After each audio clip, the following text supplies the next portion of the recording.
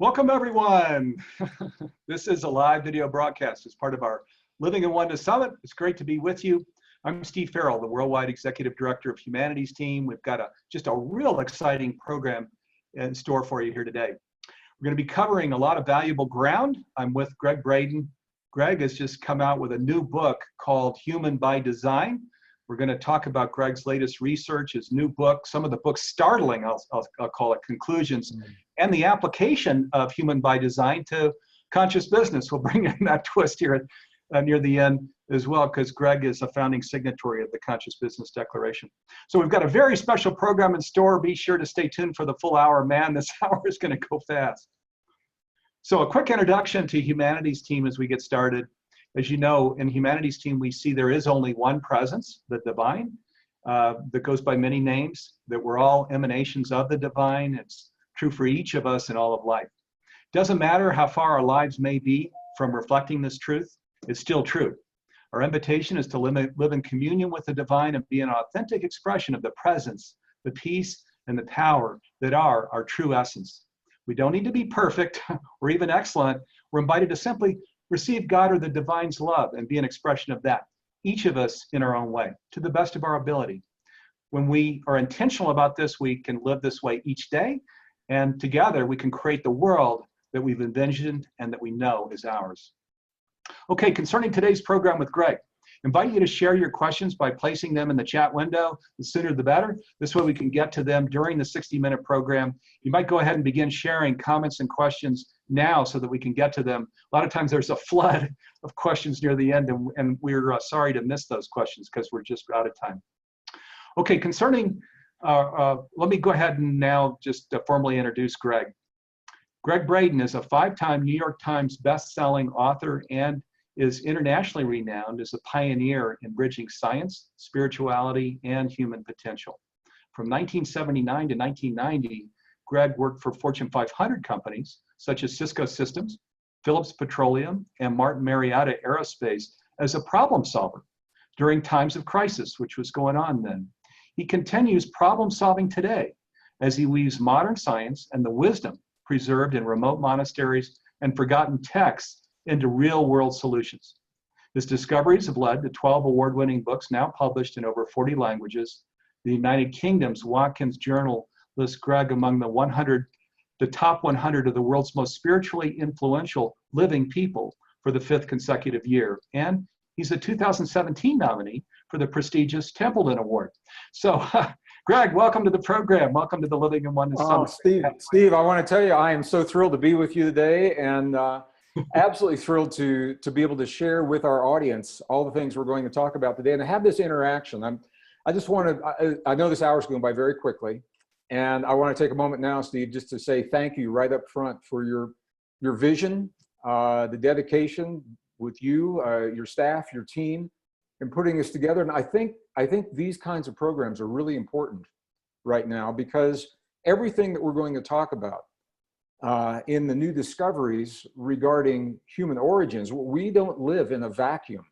So we are having this conversation within the context of a world that is changing faster than anyone ever imagined that it would, and in ways that we haven't been prepared to accept.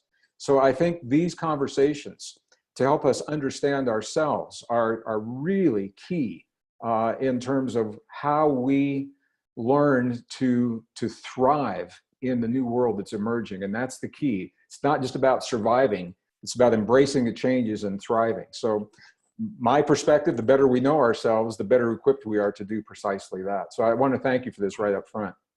Yeah, well, I'll receive that on behalf of all of the volunteers and workers in Humanities Team all over the world. We're now almost 15 years old. So on behalf of all of them, thank you for that. Yeah. And Gregg, also, you know, it's so great to have you here with us. Your body of work is extraordinary, and this new book goes right at what you're talking about here now. So I'm looking for. I wish we had 3 hours to go through it, because it does talk about that precisely, is how we can create a thriving life and a thriving world by beginning by just clearing up misconceptions about our ancestry, our DNA, etc. So if it makes sense here, let me just jump right in here, Gregg. And of course, we're talking about Human by Design. This book is available now.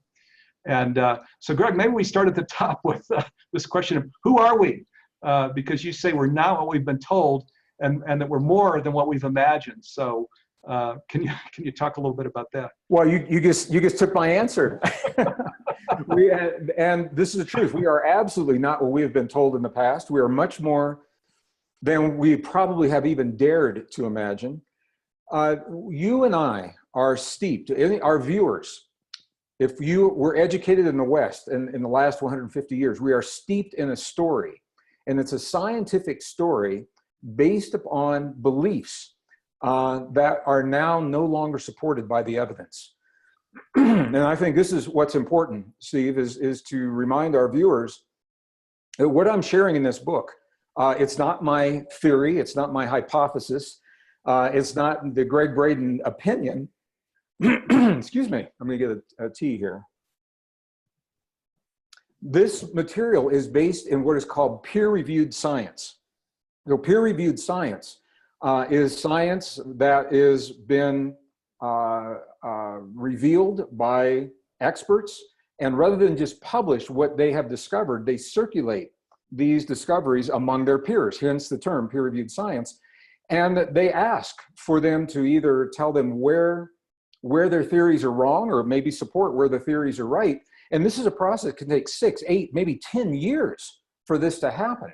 So what I want our viewers to know, Steve, is that peer-reviewed science is where this information comes from, and they know that the evidence of our origins and our history that's being taught in the public schools is no longer supported by the evidence that we are finding in the real world. However, there is a reluctance, and in many cases, there's a flat-out resistance to sharing these discoveries. So you're not going to see these right now in the mainstream. You're not seeing them in mainstream textbooks, classrooms, mainstream television documentaries.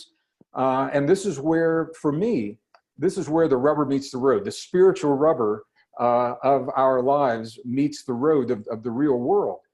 Because we are not hearing about these discoveries in a vacuum, and we're living in a world where we are facing conditions. Our families, our communities, our societies are being torn apart by hate.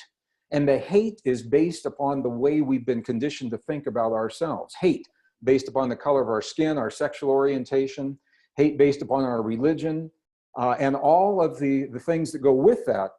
So we are steeped in a story that is no longer true, yet that story is being perpetuated, and it is the root of so many of the issues that we're hoping that we can change in the world today. So I just wanted to say that right up front. It's important. This is more than a philosophical conversation. This is a conversation that goes right to the core, directly to the core of the most emotionally charged issues that we have in our society and in our world today. So with that said, we are the product of a story that began about 150 years ago. Charles Darwin published his book in 1859 titled Origin of Species. And one of the things I wanted to say, Steve, I was doing an interview just recently about this, right after the first of the year. And it was an interview. The first thing the interviewer said, he didn't say, you know, hi, how are you? Welcome to the show. He didn't say any of that. The first thing he said when I came on the air, he says, I don't buy it. And I said, you don't buy what? And he says, I don't buy the story. And I asked him, I said, have you read the book? He said, no. And I said, okay, well, you know, we're not talking about the book. And his problem was, he said, Gregg, you are a geologist. What gives you the right to talk about the material that was written by Charles Darwin? And I said, it's true. I am a degreed geologist. I have a strong background in life sciences, molecular biology, molecular chemistry, paleontology, invertebrate, vertebrate biology, all those things. I said, do you know what the profession was of the man who created the theory? And the interviewer said, no. And I said, he was a geologist. And the interviewer said, oh, we need to go to a break. So they went to a break. And we never came back. We never came back and talked about that again. So 150 years ago, a geologist, Charles Darwin, proposed the theory of evolution. And I want to be very clear, he did not attempt to tell us where life came from, how life began. Darwin said he didn't know where life began. He was focused on what happened after life began and how we went from very simple to very complex organisms leading up to humans. And he proposed a theory, and I'm going to tell you, as a degree geologist, the theory of evolution is a fact. I have seen it in the fossil record. I've seen it for plants and animals. However, the theory breaks down when it comes to humans. The evidence for humans does not support that theory as the path to our existence. So the evidence, I'm going to answer this question now on two levels, the physical evidence and the DNA evidence. The physical evidence has never supported the theory, and it's always been controversial. And if that was all we had, I probably wouldn't be having this conversation with you today. The DNA evidence that has been revealed only in the last few years, some it's just within the last 5 years, is rewriting human history. And this is where the pushback is coming from, because it's changing the story. So the physical evidence, I know our viewers have all seen what's called the evolutionary family tree, the human evolutionary family tree, where we're at the top, you know, a modern human skeleton, and then you see all these branches with these other forms of life leading to us. But if you look closely at that tree, you'll see that the connections are not solid lines. They are dashed or broken lines. And the reason for that, and this is at the Smithsonian Institute, this is in the encyclopedias, the reason those lines are broken is because there is no physical evidence that has been found to date to connect us to those other forms of life. And if you look at the map, if you look at the graph itself, the legend says that these are inferred or speculative relationships. They are believed to exist, although the evidence is yet to be produced that validates those relationships. And the scientists say, we just haven't looked in the right place. After 150 years of the best minds on the planet and the most prestigious universities and the most sophisticated technology and the greatest amounts of funding, my feeling is, if we were looking in the right place, we would have found something by now, and that something has not been found. Physical evidence. Now, DNA. This is going to sound like science fiction, because if our viewers saw Jurassic Park, the movie Jurassic Park, science fiction, but where did those ideas come from? What happened in Jurassic Park is actually happening now to a degree. In Jurassic Park, they were able to extract the DNA from ancient fossils. We can do that today. Jurassic Park, they reconstituted the actual life. To the best of my knowledge, we haven't done that yet, but we have rebuilt the genome, the gene map of the beings that the DNA is being extracted from, so we can compare their DNA to ours, and this is what's blowing the minds of everyone, Steve. And the bottom line is the DNA is telling us we did not descend from the forms of life that Charles Darwin's theory proposed that we descended from. Neanderthals, we did not descend from Neanderthal. We walked the earth with them. We shared the earth with them. We couldn't have descended from them. We interbred with them. They say we probably had Neanderthal boyfriends and girlfriends. But what the studies are showing is that there is another form. If those of you who studied Neanderthal, I know you probably also studied something called Cro-Magnon, which is a term that's no longer used. It's been replaced by a beautiful term that is self-explanatory. It is called anatomically modern human, or AMH is the acronym, AMH. Anatomically modern humans showed up on this earth 200,000 years ago. We don't know where they came from. They did not evolve slowly, gradually over a long period of time, and they haven't changed since they showed up. We are the anatomically modern humans. We have the same cranial capacity, the same brain capacity, the same body proportions. We've got the same DNA that they had, fully modern humans 200,000 years ago. This is not Darwin's idea of evolution. Now, the question is, where did we come from? Science cannot answer that. And I, as a scientist, I can't answer that with a scientific explanation. I do have my opinions. And every indigenous tradition I have ever studied, whether it's the Tibetans, you know, on the Tibetan plateau, the monks and the nuns, if it's the ancient Sumerians, if it's the Egyptians, if it's the Hindus, if it is the Navajo, the American Desert Southwest, if it's the Hopi, everyone has a story. The Maya in the Yucatan Peninsula, the Andes traditions, and every one of their stories as different as they are from one another, there are common themes that overlap. And one of those themes is that we are the product of an intelligent intervention that happened in our distant past. And that story is not scientific. However, the DNA now is telling us something very similar to what the stories of our indigenous people are telling us. The DNA is showing us that what gives us our humanness, what makes us unique, is the product of DNA intervention, tweaking and fusions of DNA that happened in a way that cannot be attributed to evolution. For example, human chromosome number 2 is what gives us our uniqueness, our humanness, our neocortex, the largest part of our brain that's responsible for empathy, sympathy, compassion, self-regulation. This is the key. The ability to self-regulate our biology. This comes from the neocortex. And that was only possible because of a fusion that happened that created human chromosome number 2. This is where it gets really interesting, because we do see fusion sometimes in biology, but here's where what we don't see is after the fusion happened of 2 pre-existing chromosomes, that fusion was tweaked so that the redundant features and the features that were opposed to one another in the pre-existing chromosomes, they were complete.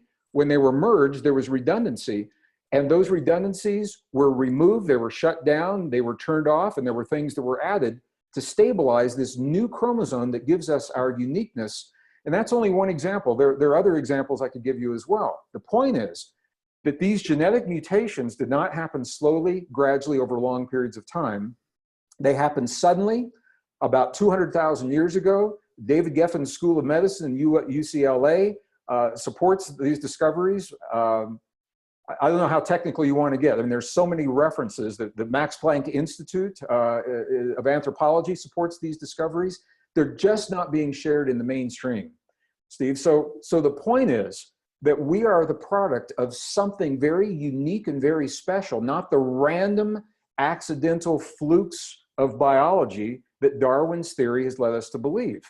In the old way of thinking, we've taught that we are the product of something that happened in nature, and that nature is based upon competition, conflict, struggle, scarcity, that we are insignificant, that we are powerless and essentially helpless in this world. That story is no longer true. There's a new human story, and it's a beautiful, powerful story of hope and possibility. It tells us that there appears to be an intentionality underlying our existence. We don't know scientifically who or how, but it means we're not an accident.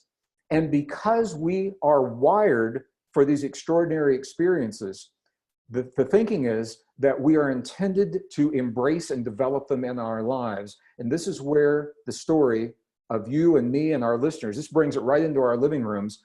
How do we awaken these extraordinary potentials of self-regulation, the ability to regulate our immune system on demand, the ability to regulate our longevity hormones on demand, to create resilience to change on demand, to have deep intuition on demand, to access our subconscious when we choose. All of these things, deep intuition, all of these things now are available to us because of something that happened 200,000 years ago. And here's the beauty, and this is why I mentioned this in the beginning of the program. The timing couldn't be more perfect, because here we are in a world that's being pushed together through globalization, where civilizations and cultures are clashing, religions are clashing, and we are challenged. We're pushed to the very edge of who we believe we are on the one hand, and on the other hand, the science has come full circle in telling us that we're not what we've been told and giving us the reasons to think differently about ourselves.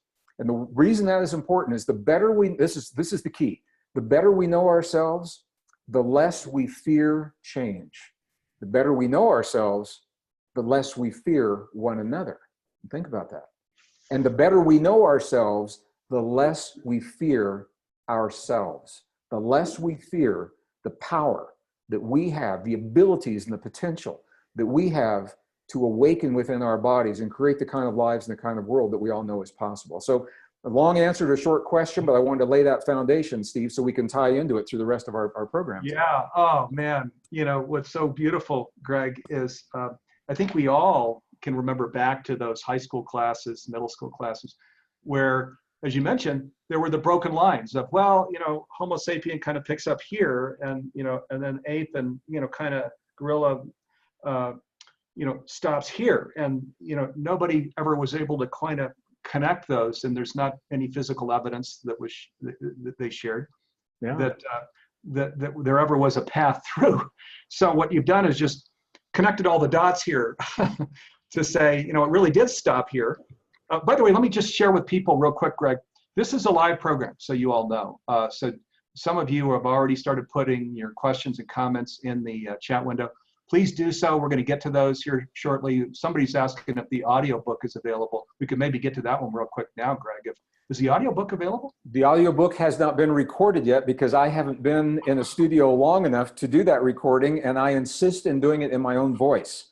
If I wanted to pay someone else to read the book, I could probably do that. I prefer to share with you from my own voice so I can have the emphasis. And when I do an audiobook, I don't read word for word. I read the words, but we speak in conversation differently than we read, and that comes across in all of my audiobooks. So interestingly, later today, after I finish these interview commitments, I'm on the phone with my publisher to set the date.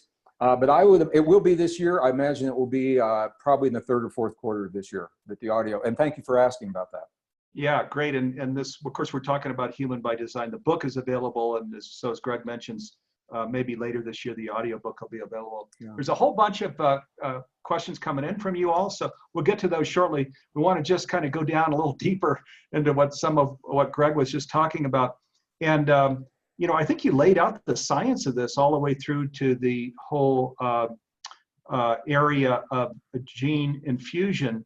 And I'm just thinking, there's so much we could put the microscope on, but it's these human capacities, the self-healing dimension, after you went to the sort of the rare DNA fusion, which was the science of, wow, this is really, remarkable what our genetics are. And then you started to shift into the whole, and this sets up kind of a self-healing capacity. And I love that you're sharing, why it's important, because if we don't want to be afraid of change, we want to instead embrace change and see what, these superhuman or mythical capacities are. So I would love to go more into that.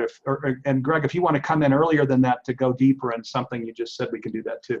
Well, there's so much that we could do here. And what I don't want this to be highly technical, but I want people to understand the science, because they're going to get a lot of pushback. If you sit around the family dinner table and they say, "What'd you do today?" And you say, I listened to a webinar and evolution's not our story. Without the facts, the first thing that people jump to is we're conditioned to think binarily. So we say, okay, if it's not evolution, it's got to be creationism, and there's no room for anything in between. Now, as a scientist, I'm going to reiterate this. I cannot tell you as a scientist the hard facts of what it is that has led to our existence. And maybe it's not even important to know that. I think it is personally. But here's the key. When we embrace the science, I'm just going to back up. I'm a scientist. As I said, I think science is good. Science does not have all the answers. All right? Science can only go so far. Science began about 300 years ago. And for 300 years, science has been trying to prove whether or not we're connected, whether or not there's a field of energy, for example, that connects all things. Science has been trying to prove, where we come from and our origins. But in many instances, science has been hijacked in the modern world. It's been hijacked by politics, by religion, by corporations. People are cherry picking the data. This is especially true with climate change. We could do a whole program on that. So science is good, but to keep science honest, science is constantly being updated. It's designed to be constantly updated. When new evidence no longer supports the existing story, we owe it to ourselves to update the story, and that is what is not happening. So this is where, and the old story is where the pushback is coming from. So, people around the dinner table and even my colleagues, I have friends that are only friends until we have this conversation, because they're in the university system teaching the old story. And I've asked them, I said, why can't you share this new information with your students? And they said, Greg, You don't understand. If we did that, it would invalidate our 40-year plus career as a teacher. And I said, no. I said it would validate the power of science to stay current with all the information. And they said, okay, well, think how much money it would take to change all the textbooks. And I said, man, you're living in the dinosaur age. I said, your students aren't using textbooks. I said, you change this information on the server and it's going to be updated, every one of those digital books that those students are using. And they say, well, you know, I'd have to change all my class notes. And I said, well, you know, that's what they're paying you to do. So there is this resistance to sharing the new story. But we have an entire generation of young people now, Steve, that are embarking upon a journey to dedicate their lives to science and to solving the problems and the mysteries of human existence. And if those young people are bound by the shackles of a false science and a story that's no longer true, they're going to spend their lifetime spinning their wheels. So my invitation, this book was an invitation to the scientific community as well as the lay community to free us from that story that is no longer serving us. I'm just going to make a distinction here. There's a powerful distinction between creating a theory 150 years ago and trying to force every iota of evidence to fit into that story, even if it doesn't fit. It's like a square peg in a round hole. There's a big difference between doing that and allowing the new evidence to lead us to the story that it is telling. And this is my invitation. Let's see where the story goes. What are we afraid of? Not you and me, not our audience, but what is the mainstream? What is the academics? What are they afraid of? Where does the story go? Now, we all have our personal sense that we are connected to something much greater, and our indigenous ancestors support that. They tell us that we're part of a global community. Every indigenous tradition says that. The question is, 200,000 years ago, where did the technology come from to tweak the DNA that makes us who we are today and gives us these rare abilities, including empathy, sympathy, compassion, in a way that we see in no other form of life. So I wanted to say that. And as we talk about these abilities, it goes far beyond that. In 1991, scientists discovered in the human heart specialized cells, about 40,000 specialized cells that are called sensory neurites. And these sensory neurites, that was discovered in 91, was published in 94. These sensory neurites are like brain cells, but they're not in the cranial brain, they're in the heart. However, they serve a similar function. They think independently of the brain in our head. They feel independently. They remember independently.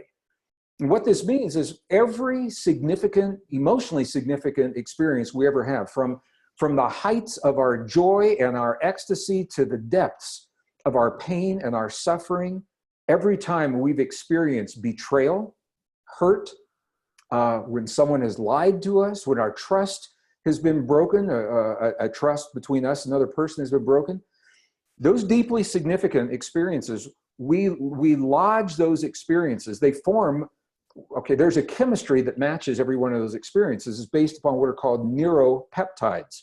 It's a special chemistry in the body. And those neuropeptides from those experiences are lodged in the heart and in the brain, as well as other organs of the body. So when we have these deeply emotional experiences, and they're stored in two places, and people say, well, I want to begin my healing, and they go through therapy in the mind, and they talk about the program, and they go back and they relive it, and they try to neutralize those experiences, and they say, but you know, it works to a degree, but something's missing. It may be because the experience in the heart has yet to be addressed. We've got to address both of these. And the reason I'm sharing this is we are the only form of life that we know of today on this earth that have the ability to consciously go into our heart and communicate with our heart in a way that allows us to heal the deepest hurts of life so that we can neutralize that chemistry and thrive in our lives rather than succumbing to the disease from the unresolved issues that we find. So we have these abilities. We have the ability, the extraordinary ability to create deep intuition when we choose. Now, we've all had experiences of spontaneous intuition. When you go to pick up the telephone to call someone and you don't even dial the number and they're already there. For that to happen, there is a level of connection between you and that person. There is an intuitive connection.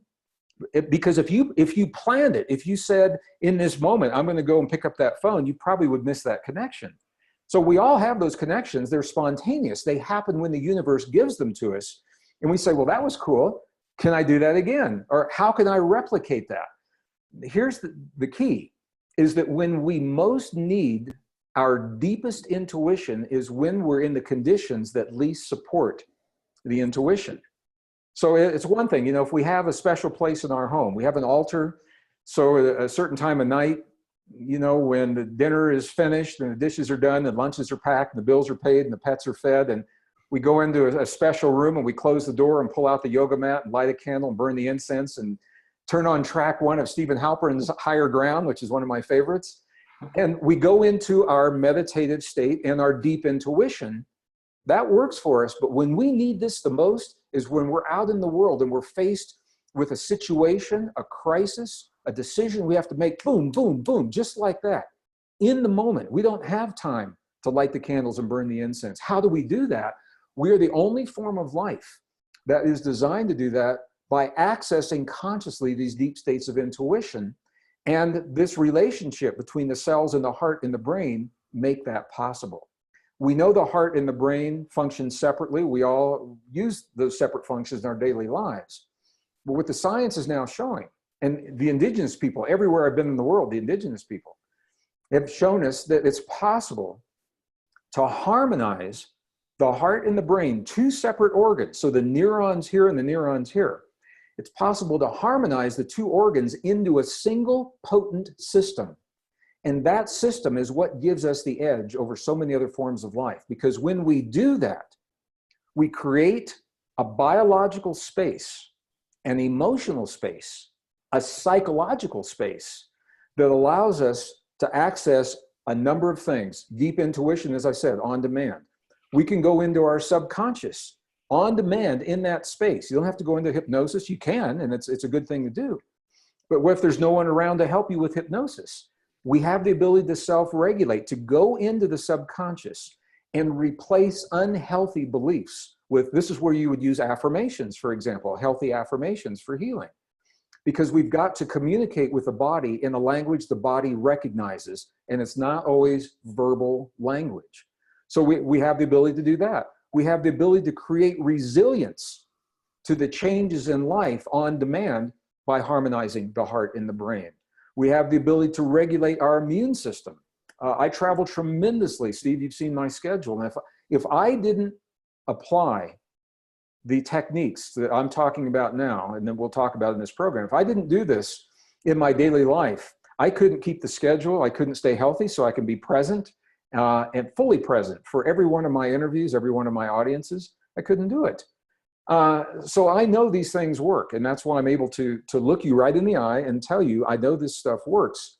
It's supported by the traditions of our ancestors and their techniques. In the laboratory, the relationships now are being better understood so that we can streamline and modify these techniques so that we can do them in our living room. So we don't have to go into a monastery on a mountaintop, on the other side of it. You can, but you don't have to, because we now know how to access this powerful potential. And I'm just scratching the surface. I mean, the intelligence services in the United States, the U.S. Olympic athletic teams that are training in Colorado Springs, the U.S. military, all 5 branches, law enforcement, are now making use of the relationships that I'm talking to you about right now to optimize their potential in their particular endeavors, whether it's athletic performance or it's acute perceptions, like Jason Bourne. Jason Bourne from the Jason Bourne series, he walks into a room, he looks around and he leaves, and he has total recall of everything in that room. He knows where all the electrical outlets are, he knows where the air conditioning ducts are, he knows where the windows are, he knows everything about that room. We have that same potential. We walk in the room and look, our eyes saw everything in the room. Our brain has it. The question is, how do you access that information? And this all comes back to, it's a form of intuition and deep perception, deep intuition, deep perception. So I'm just scratching the surface, but I want our viewers to know, often in the New Thought community, when we have these kinds of conversations, they're kind of nebulous, they're interesting, maybe we feel better about our bodies, but I want you to know that there are direct applications in the real world in our everyday lives for us to embrace the world that we now find at our doorstep. The world changed, and we've got to change. Our lives are changing. And we now know that we have this untapped potential to help us to embrace the world changes and our life changes in a healthy way. That's the key, to embrace these things in a healthy way so that we can be the best people possible and create the best possible world, so that we can be the best person for ourselves, for our families, our loved ones. And for me, this is what this spiritual growth is all about. You know, people have asked me, Greg, where does the spirituality come in? And my answer to that is, where do you draw the line between spirituality and our everyday world? From my perspective, and as a kid, and this is maybe where I was a little different as a kid, growing up in the Midwest, a very conservative community in the Midwest, I never separated spirituality from my everyday life. So everything I did in my life was a spiritual endeavor. Didn't mean it was religious. It didn't mean I went into a meditation. But spirituality is all about us and our relationships. Our relationship to ourselves is key. Our relationship to the earth, our relationship to other people, our relationship to the cosmos, our relationship to a higher power, our relationship to God, if that is your perspective. So everything we do is an expression of those relationships. So it's all spiritual. So as we embrace these extraordinary abilities and this untapped potential, we are realizing our fullest spiritual potential. And then that gives us the freedom to express it in whatever way we'd like, in business, in the conscious business, in the things that, it doesn't make any difference what our job is. We can go about our job. I used to work in a factory. I worked in a copper mill from 4 p.m. until 4 a.m. They were 12-hour union shifts. And I made it a point to make that a spiritual endeavor. It was hard work. And I was in school full-time during the days. But I said, I'm here, and I've made a commitment. I'm going to do the very best job I can possibly do. And I found a lot of different ways to make that job a spiritual endeavor. I was lifting heavy bolts of copper, big reels of copper, and the people around me were complaining. And I said, you know what, if I do this right, while I'm at work making money, I can actually get a really good physical workout. So I began lifting the copper. Sometimes I'd use my legs and I'd get a good lower body workout. Sometimes I'd use my upper body and get good pecs and chest workout. And by the end of my 12-hour shift, I got paid, and I had a great workout, and I could go home and go to sleep. So it's just how we think about it, Steve. And again, I just wanted to anchor some of these things in so we can tie into them. And let's take as many questions as we can. We'll do lightning round questions. And I'll just as in Gregg's fact sheet, as he's talking about as he's summarizing a lot of this material that he's just talked about, it says self-healing. We're born with the capacity to self-heal, to self-regulate longevity, to activate an enhanced immune system, to experience deep intuition, sympathy, empathy, and ultimately compassion, and to do each of these things on demand. So, yes. You know, this is from this book that you don't want to miss. It's called Human by Design. Let's go to questions here from people. This is a question from Rosalie. Thank you, you all, by the way. You've got just tons of questions here. We'll get to as many as we can. Rosalie says, I worked as an engineer in corporate America for 20 plus years, and it was generally not a pleasant experience. Mm-hmm. For most of my adult life, and especially over the past few years, inspired in large part by my experience as a mom, my son is 7, I've come to a deep conviction that my purpose in this lifetime has to do with transforming the way our culture treats children, how we raise them and educate them. What are some suggestions you might have as to what conscious companies or organizations I can connect with to seek employment that can allow me to contribute in alignment with my purpose? Well, I can come in on that one too, but Gregg, please. Yeah. You know, I think that's where her homework is. I want to say that the kinds of businesses and the way that companies function is changing. Historically, there have not been a lot. It's been all, okay, everything I'm going to say, this goes back, is a perfect example of why this false science is so dangerous, and it is dangerous. because Darwin's ideas were introduced in the late 1800s, early 1900s, precisely when our society was being formed. His ideas told us that we live in a world where nature is based upon the fundamental rules: competition, conflict, struggle, and scarcity. So people ask me, Greg, big deal, that was the 1800s, this is the 21st century, why does it matter? This is a perfect example, because the world we live in right now, the unsustainable world that's falling apart at the seams, is based upon those ideas, false assumptions. Our economic system is based upon competition, conflict, struggle. Corporate system is based upon this. Our educational system teaches young people that we live in a dog-eat-dog world, and that's actually a term that's used often. Now, that is changing, and I'm developing public curricula for public schools, where we can introduce at least some of these concepts to our young people.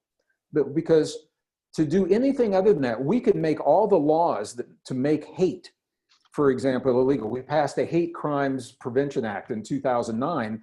Hate now is illegal, but that's not going to stop the hate, and we all know that.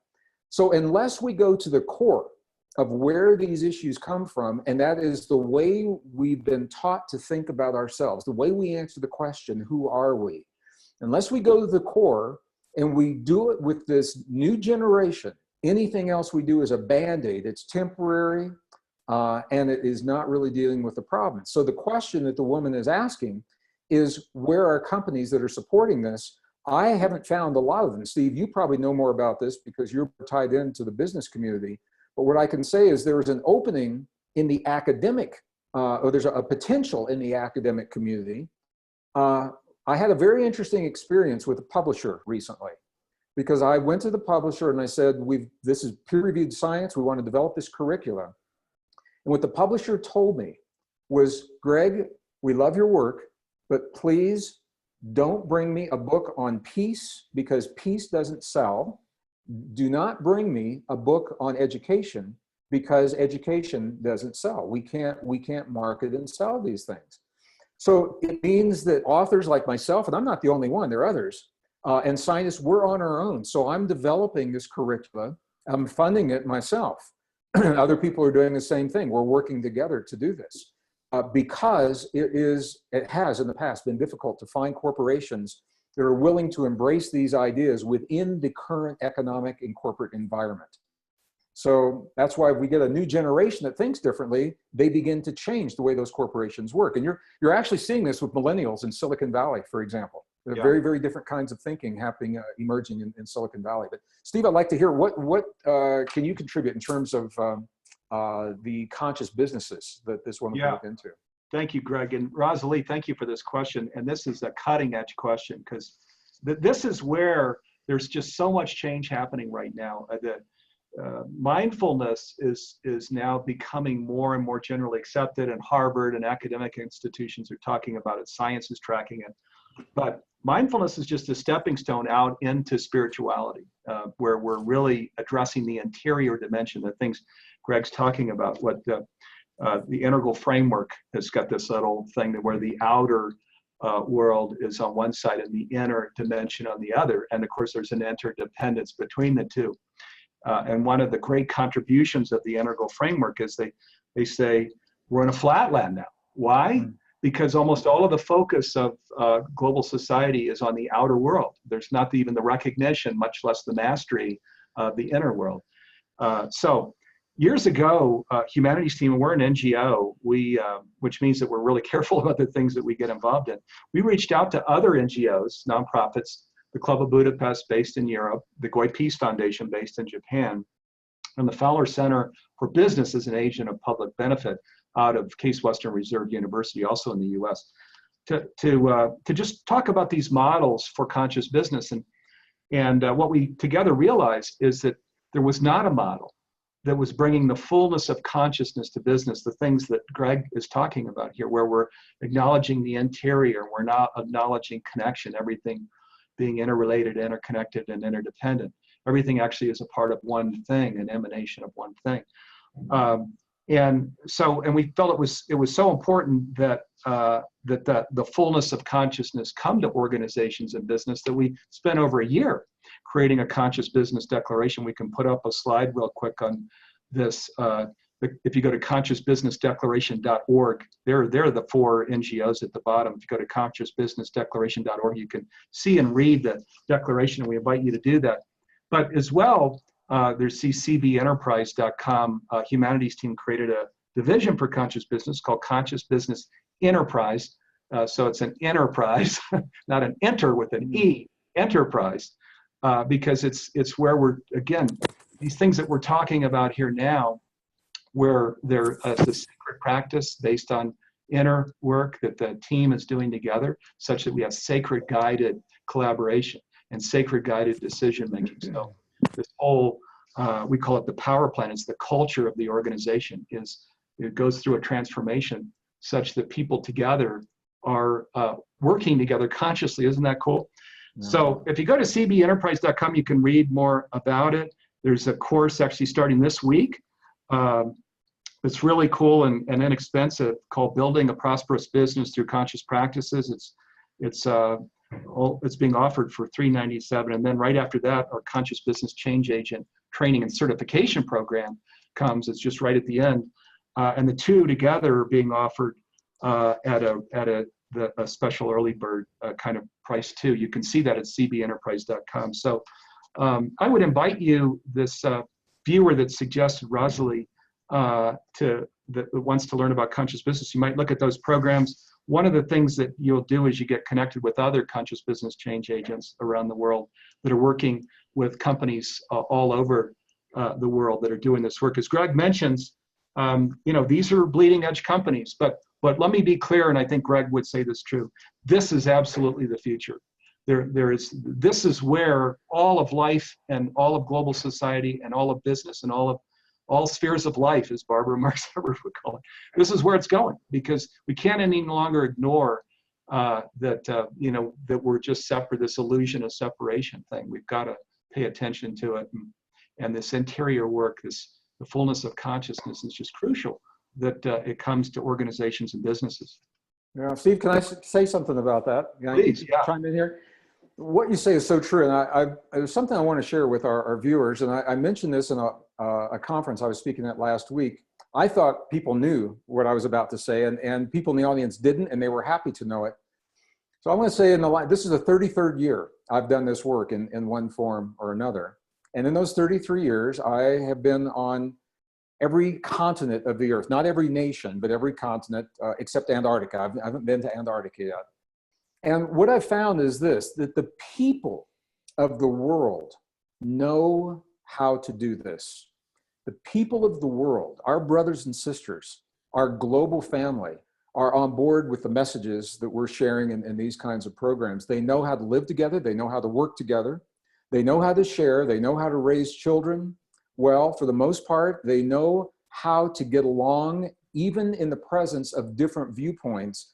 It's a handful of people in positions of government and power is where the problem is happening. So in the past, we've had oceans and mountains and, that have separated these vast cultures. And in the digital age and the globalization, those are no longer barriers. So for the first time in 5,000 years of recorded human history, we're seeing all of these different ways of thinking and living coming together. And where the collision is happening, where the rub is the structure that has been created for people to live within, the laws of the land, the laws of one nation and the laws of another, and the way that these things are implemented. But when it comes down to people, for the most part, the people are just fine. So I want our listeners and our viewers to know that as a global family, I think we're good. And what we're seeing is, and it is changing, and I'm optimistic about the change. I have a vision behind the scenes, things happening through the governmental agencies, the UN and things like that. Also, I'm seeing publicly, we've got a tough road. I'm not saying it's an easy path, but I'm a realist. So I know it's taking work, and I'm also realistic about where I see things going. And I'm seeing so many beautiful things happening. A lot of it is because of a younger generation that is looking at what has been created that worked in the past. It was a different world in the past, in the 18th, 19th, 20th centuries. That was a different world. And what we created worked. But in the new world, those old ways of thinking are not sustainable. They're breaking down. And the young people are coming up, and entrepreneurs in Silicon Valley developing technologies. Elon Musk is just one example, but there are a lot of things like that that are happening. New ways of growing food where you don't have to take acres and acres and acres of land. It's vertical farming. New energy sources, new forms of currency, new forms of economies. So we already have the solutions to all the big problems. That's the good news. And when people say, where are they? The solutions exist. Our thinking is catching up with what the possibilities are presenting to us. And that's what this program and others are all about. Excuse me, because we're talking about a very, very different way of thinking. And when I talk to my university professors, and ask them, I said, why can't you help your students think differently about themselves? This is a message of empowerment. And I'm saying, I want to be very clear about this. I'm not saying to throw out the old teachings. Don't throw out Darwin's ideas because there is some validity to them. I said, but show your students, honor our young people, bring in the new evidence and put it right side by side with the old evidence and let the young people see the whole story so that they know what it is that's happening. I'll tell you where this gets really, really, this is hot. I mean, this is really hot. When I'm with young people, here's the deal. If I'm with a group of young people, and I've worked with second graders all the way through middle school and high school seniors in special seminars. And if I look at those people and say, hey, we've already got it all figured out, the theory of evolution, this is a history of civilization, all you have to do is memorize it. Man, what could be more boring than that? But if I look at those young people and I say, you know what? The honest truth is we don't know.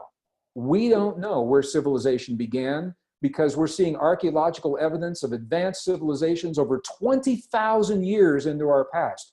We don't know where humans came from because the DNA doesn't support the old story. And here's what happens. Those young people, their eyes light up and they say, wow, maybe I can be the one to figure it out. Maybe I can be the one to solve the mystery. And they will say that to me.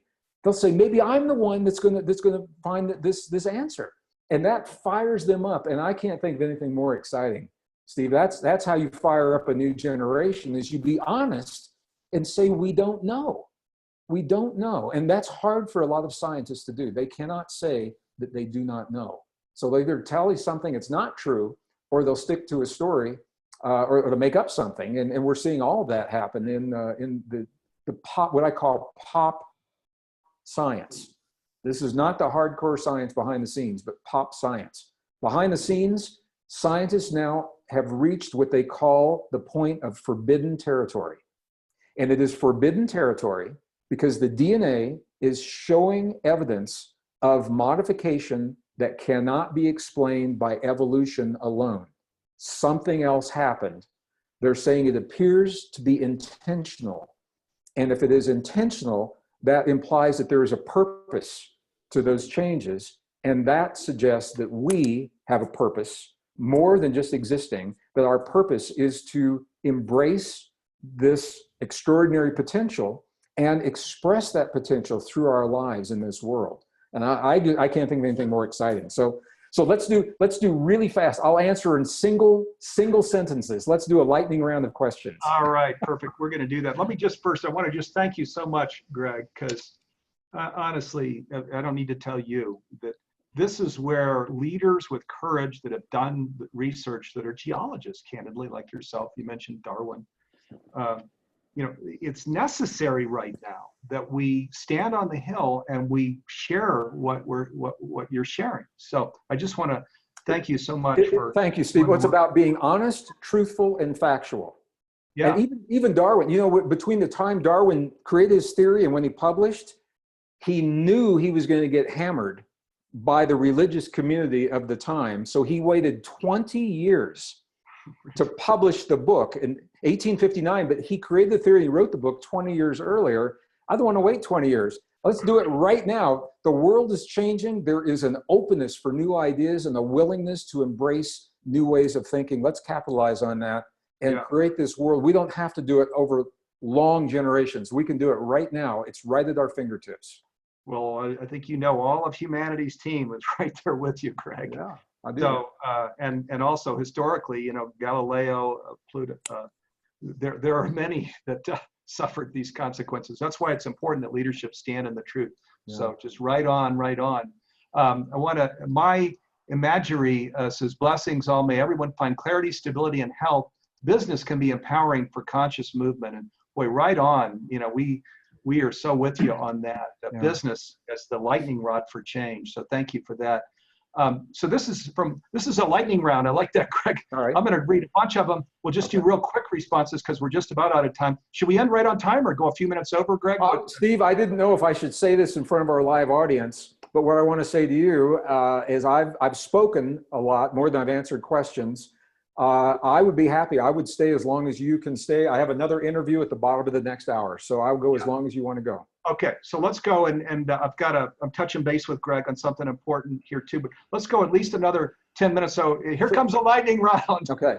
Questions. So this is from Andres, and Andres says, you seem to say that evolution explains life except for humans. How so, and why do you need to make humans special? So. Okay, it's a really good question. So this is where I will get a little technical right now. Evolution is what the new science of epigenetics is all about. In Darwin's theory of evolution, once again, he didn't attempt to explain how life began. He said, it's a mystery. He didn't know. He said, some mysterious process began a simple form of life, and then that life became more complex, slowly, gradually, over long periods of time, as the organism began to respond to changes in its external environment. So as the environment changed, to survive, the organism had to develop new capabilities, new senses to smell and to taste and be able to ingest new kinds of food and be able to move differently in a water environment or a land environment. And now what we know, the Human Genome Project is what really lit this up. The Human Genome Project told us that we have about the same number of genes as a fruit fly or a worm. The thinking was, because we're so complex, we've got so many more genes. Here's the key. The thinking was that there are about 100,000 proteins in the human body that make us who we are. The thinking was there was one gene to produce each one of those proteins. And the Genome Project said, we're going to find those 100,000 genes. When they only found 20,000, we still have 100,000 proteins. They said, how do those few number of genes create that vast number of proteins? And this led them to understand that one gene can change and produce a number of different proteins depending upon the conditions the gene finds itself living in. This is epigenetics. This is where the environment determines how the gene responds to the world and what it produces. That is a scientific fact, and that is what makes evolution for other forms of life, plants, insects, animals, makes them who they are. Humans, the DNA evidence, we appeared suddenly with extraordinary capabilities that did not develop slowly, gradually over long periods of time. We showed up suddenly with a brain 50% larger than our nearest primate relative. Suddenly, with the neocortex. Suddenly, I didn't even talk about this, human chromosome 7. There was a little switch in the DNA, 2 letters that were reversed. And it happened 200,000 years ago when everything else happened that gives us the ability for complex speech. It connects our tongue and our muscles and our jaw to a certain part of our brain. This is why we share 98% of our DNA with a chimp, but you're never going to hear a chimp singing Stairway to Heaven. And as a musician, I'm a musician when I'm not doing this. As a musician, I always wondered why. Why can't a gorilla or an ape or a chimpanzee sing? Because our DNA is so similar. 200,000 years ago, this little switch in the DNA gave us that capability at the same time that human chromosome 2 was being fused, at the same time all those things were happening. The point is the timing, the fact that it happened suddenly, not slowly, gradually. The results of these DNA changes that give us these extraordinary abilities, and the way that they happen, the fact that they cannot occur through long, slow evolutionary processes, that's what sets humans apart. So we were on an evolutionary path, something happened, and we were tweaked in a way, and we haven't changed. That's the key. That's not Darwin's idea of evolution. We haven't changed in 200,000 years from the anatomically modern humans. We are the anatomically modern humans. So this is what sets us apart. So the science can tell us how. Science is telling us exactly how it happened. Science cannot tell us why, because the why reflects an intentionality, and science can't talk to us about intent. So this is where, if you look at the big picture now, almost universally, the ancient indigenous traditions attribute our existence to a higher form of intelligence. That's not science. But when enough stories begin to tell the same thing, those indigenous traditions tell us there was a flood 5,000 years ago. As a geologist, I can tell you that happened. They all tell different stories about the flood that are unique to them. And the same with the creation stories. So I cannot sit here on this program as a scientist and tell you what did happen. I say that the evidence strongly supports, and behind the scenes, the scientists who are afraid for their careers, they won't say this publicly because their university tenure or their professional credibility is in jeopardy. But I don't have to worry about my credibility. The moment I began speaking about spirituality as a geologist, I lost all my credibility. So I don't have anything to lose by telling you. But what we now know is the science is saying that there appears to be an underlying intentionality, and that intentionality implies a purpose to our existence. And for me, this is where the story, the new human story, really begins. How do we awaken that purpose and embrace that potential? We can study a lot of more of the science if we want to know. But my sense is when we awaken all of the potential within us, by doing that, it's going to lead us to the answer of where we came from and how those changes were made. When we awaken these extraordinary abilities of intuition and to tap into other realms of existence, to communicate with other forms of life, which is all, it's what we're doing right now. These have been relegated, these are abilities relegated to mystics and yogis and mystical teachings in the past, but it's our story, and we can do it all in our living rooms. So when we embrace these powerful potentials, my sense is it's going to bring us full circle, and we'll be able to answer that question, where did the intentionality come from? Who or what is responsible for our existence? Okay, awesome. And let me also share, we're in our lightning round of questions, so we're going to get to maybe one or two more. We're going a little long. Obviously, we've gone over the hour. Thank you, Gregg, for sticking around. My pleasure. One thing I want to bring in here, because you mentioned, you went off track, so you don't care. You just now it's about the truth. You're on the road, let's travel. Likewise, all of us in humanities team. I was an entrepreneur in Silicon Valley. I was in the Young Presidents Organization, which is a pretty cool club for families. And once I came out with my spirituality, that was the end of that. And true for all of us in humanities team, where we share, we're all emanations of one thing, the divine. But I'm bringing this up because we're all conscious people here. And the strong invitation from Gregg, from me, from humanities team is, this is our moment. Really, this is our moment. That the greatest evolution in the history of the earth is playing out right now. And I know all of you have stepped out in your authenticity, in your truth.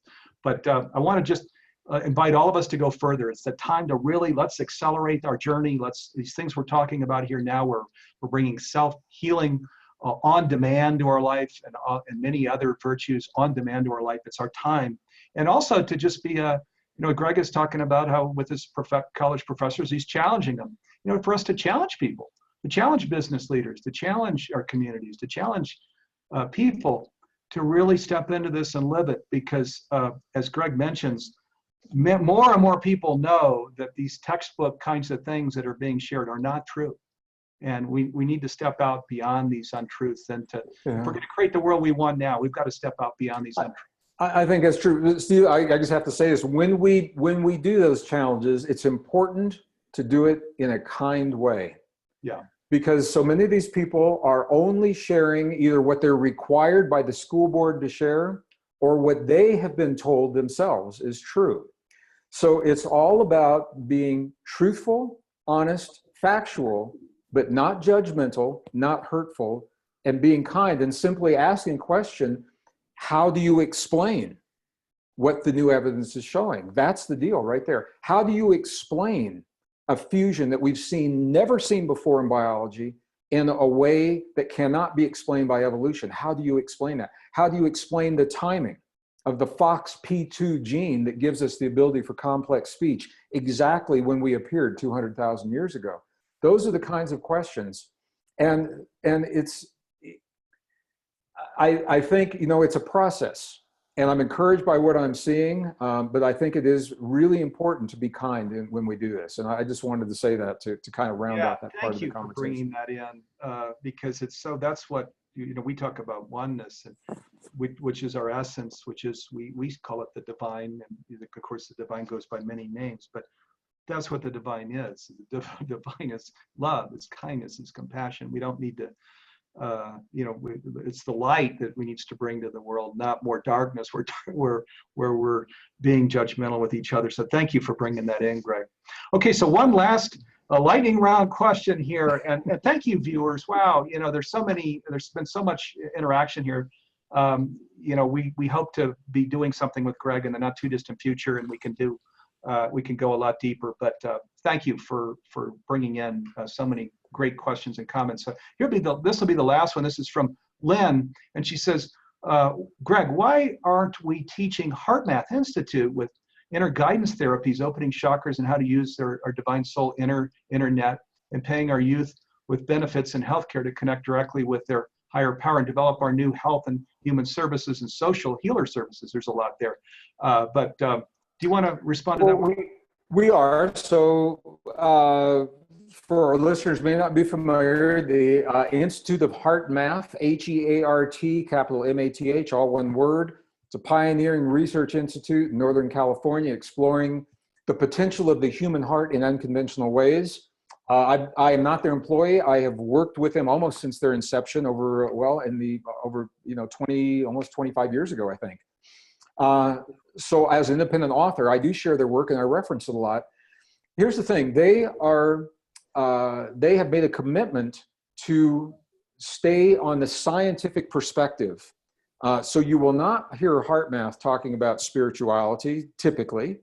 You will not hear them talk about, you know, some of the kinds of things we're talking about here. They go into corporations to teach stress reduction, worker productivity by accessing the intelligence of the heart from a very professional perspective. And because I come from a different place, they are fine. They have given me permission, and they support my perspective, coming from the indigenous perspective. What we're all talking about is getting into our heart. So I want to say this, doing precisely what you said. Heart Math is in most major hospitals. You will see it somewhere in those hospitals. It is in many academic institutions. It is in all 5 branches of the U.S. military, both for people deploying as well as to help reintegrate when they're returning. First responders, police, fire, medical teams, first aid. So it is in all these places. However, it is in these places coming from the perspectives based in science, stress reduction, worker productivity, optimizing the potential so we can be our best in the moment. They're not talking about spirituality. They're not talking about access to their higher selves or to the cosmos. Typically, there may be exceptions, but typically, so it is there in that way. Part of Steve, you mentioned in my introduction, I am a nominee for the Templeton Award. I was nominated, and the nomination was accepted by the Templeton Committee in the year 2015.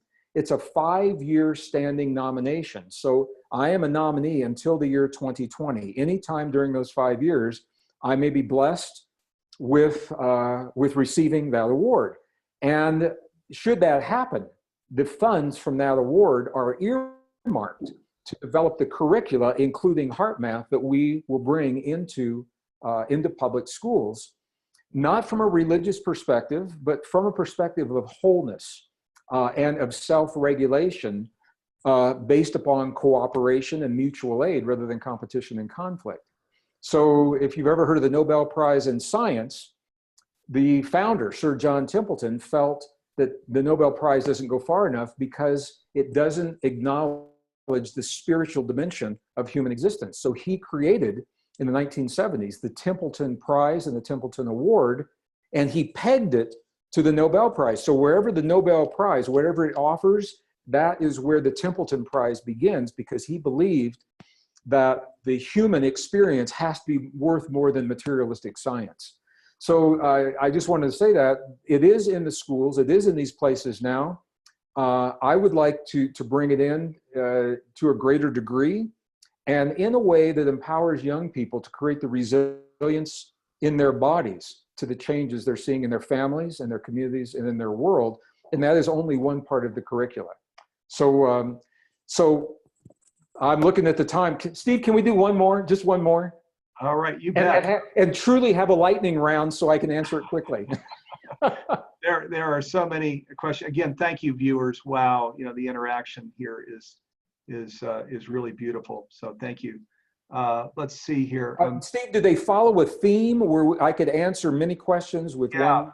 Yeah, you know, some are down in the science, you know, bringing in bacteria and with intelligence, etc. Some are up in the social end. Let's see. It says, I'm standing on the precipice of rolling brand new concepts to my department at the Fortune 100 company I work for, and also the small business that I own. I'm teetering on the edge of declaring this publicly with fanfare or just introducing these concepts subtly. I want to declare it, but I am prepared for the possible criticism as well. My own thought that it might be egocentric on my part to do so. Your thoughts on the best strategy? You know, it's a beautiful question, and I am still at the same place. Bruce Lipton and I were invited as a team to speak at the UN recently, and we share many of these ideas to, you know, to people, an old guard that wasn't necessarily open to hearing them, as well as a new young generation in the UN that wanted to hear these. So here's what I would advise. Number one, it is impossible to convince or persuade anyone of anything beyond what they already hold and believe to be true. So you let that idea go right off the bat. You're not going to convince or persuade anyone. I would recommend coming at it from a perspective of informing and asking, and in allowing them to be part of the process rather than speaking to them. And ask them, are you aware of the new science, the peer-reviewed science that has overturned 150 years of thinking when it comes to us and our relationship to the world?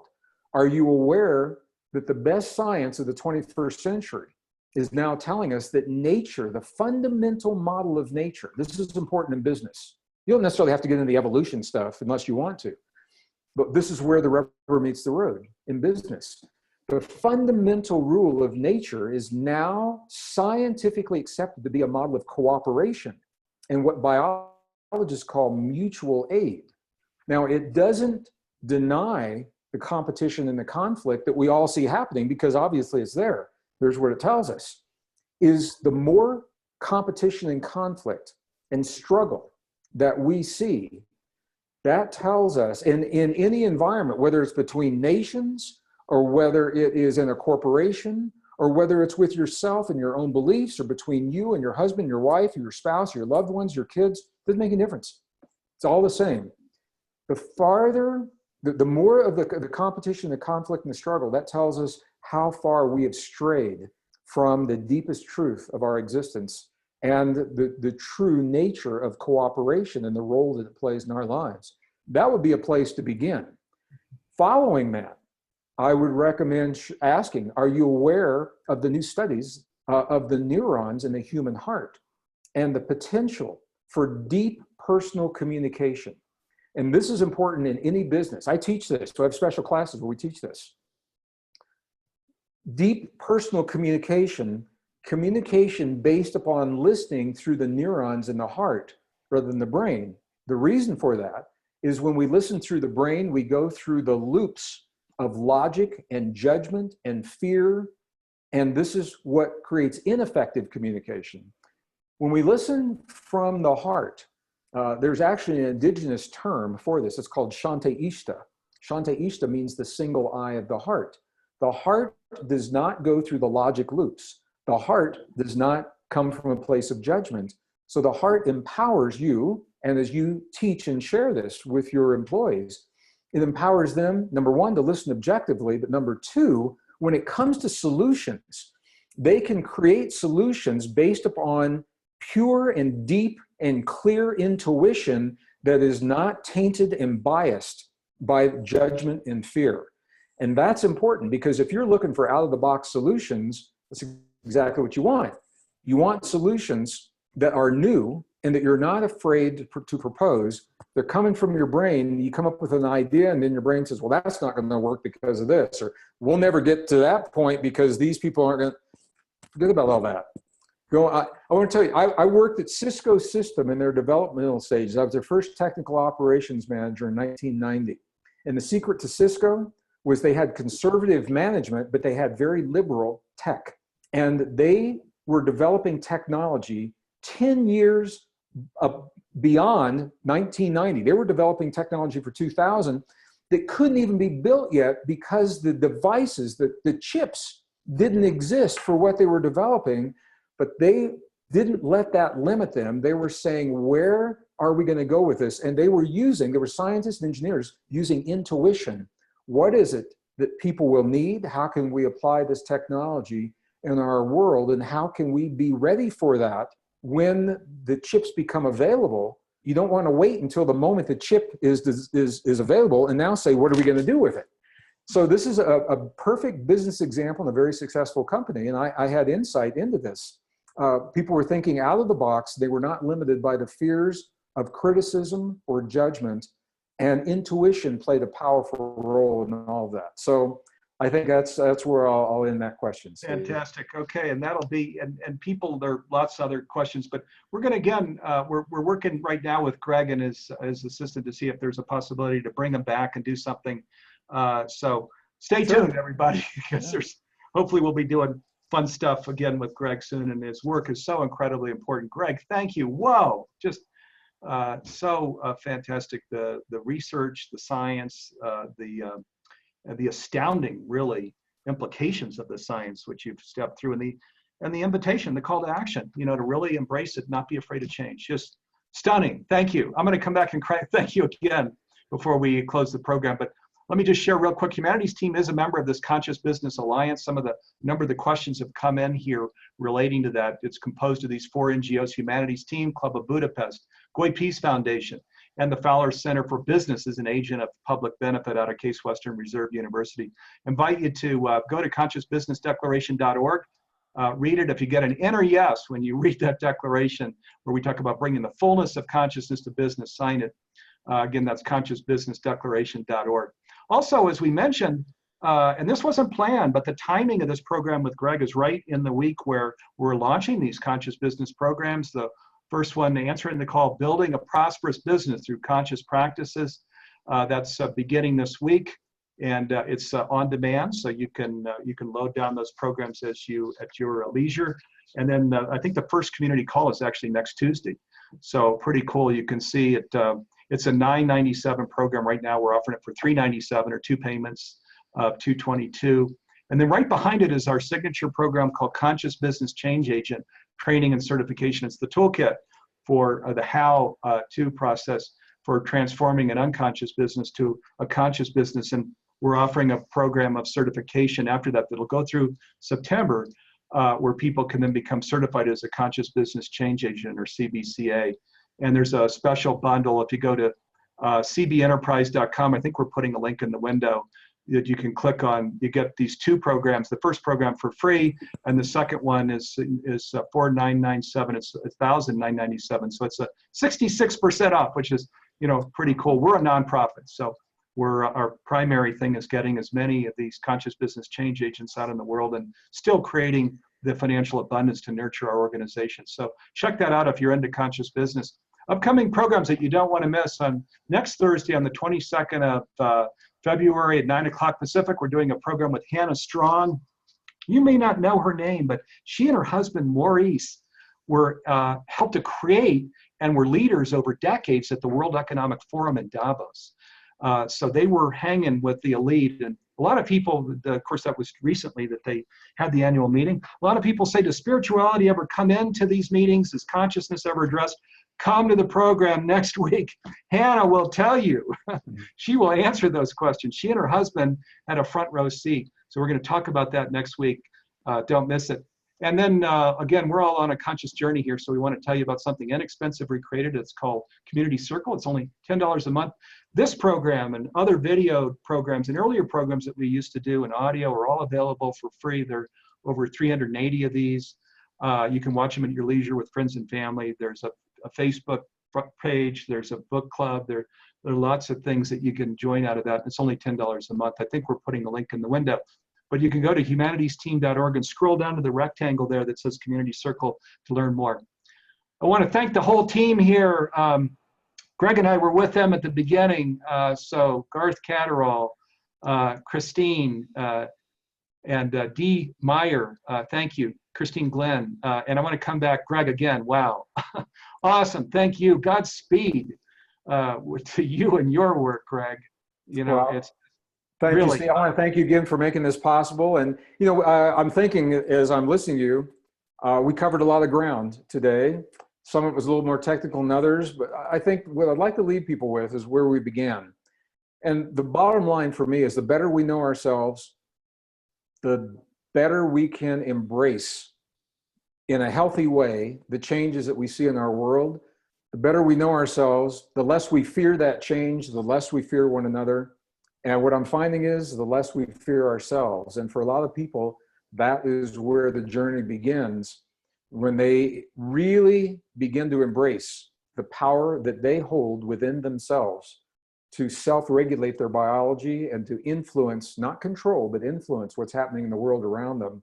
That's a big, big step. So the better we know ourselves, the better we can embrace all these things. The new science is giving us the reasons to think differently about ourselves. Now, where our homework begins, number one, can we embrace what science is telling us? And number two, do we have the courage to apply in our lives what we believe is true in our hearts? And I think that's where our workshop really begins. yes, it does. That'll be the last word. Thank you, Greg. Thanks for bringing that in here. Great invitation. So we'll see all of you next Thursday, the 22nd, when we're back on the air with Hannah Strong. And Greg, I'll be in touch with you here in a second as well. So love and thanks, everybody. Have a great week and President's Day weekend. Okay, take care, everybody. Thanks again to the producers of this call. See you soon.